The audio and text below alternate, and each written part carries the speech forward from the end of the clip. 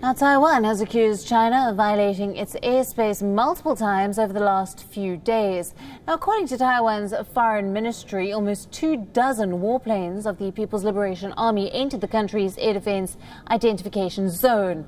Now, Taiwan has criticized these violations as a threat to regional peace and has called on the international community to condemn Chinese aggression. Taiwan has vowed to stand tall and not be intimidated by Beijing. China is conducting war games near an area of the South China Sea that is controlled by Taiwan. Taipei believes that China is trying to create a new status quo in which the PLA ships and warplanes would have free passage through the region.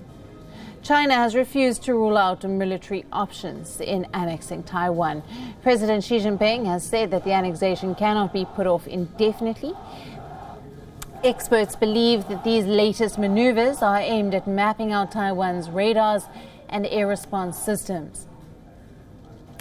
These violations come at a time when the US has stepped up its support to Taiwan.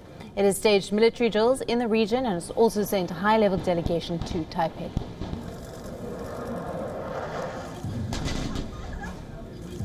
Earlier, we spoke to Brian Hu, the founding editor of New Bloom magazine from Taipei City. Listen into what he had to say.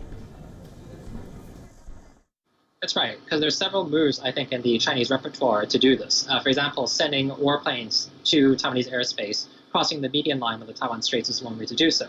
Another way is to send ships, naval vessels, into maritime waters that are controlled by Taiwan.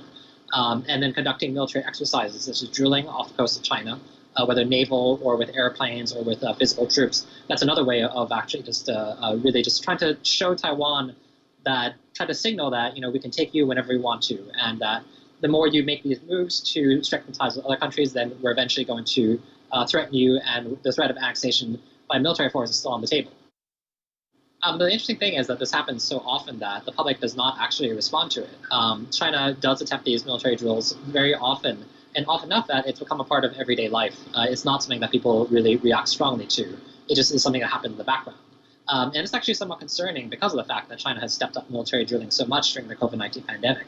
There are some concerns that, for example, China could use this as a pretext or as an opportunity in order to actually launch a military assault on Taiwan, because much of the world's attention is elsewhere. Intervention by other regional powers such as Japan or South Korea or what have you, and of course America, might be limited because of the COVID-19 pandemic.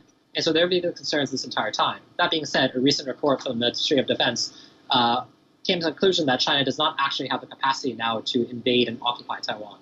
It doesn't have a lift capacity, meaning it doesn't have enough ships to bring troops over to actually occupy Taiwan.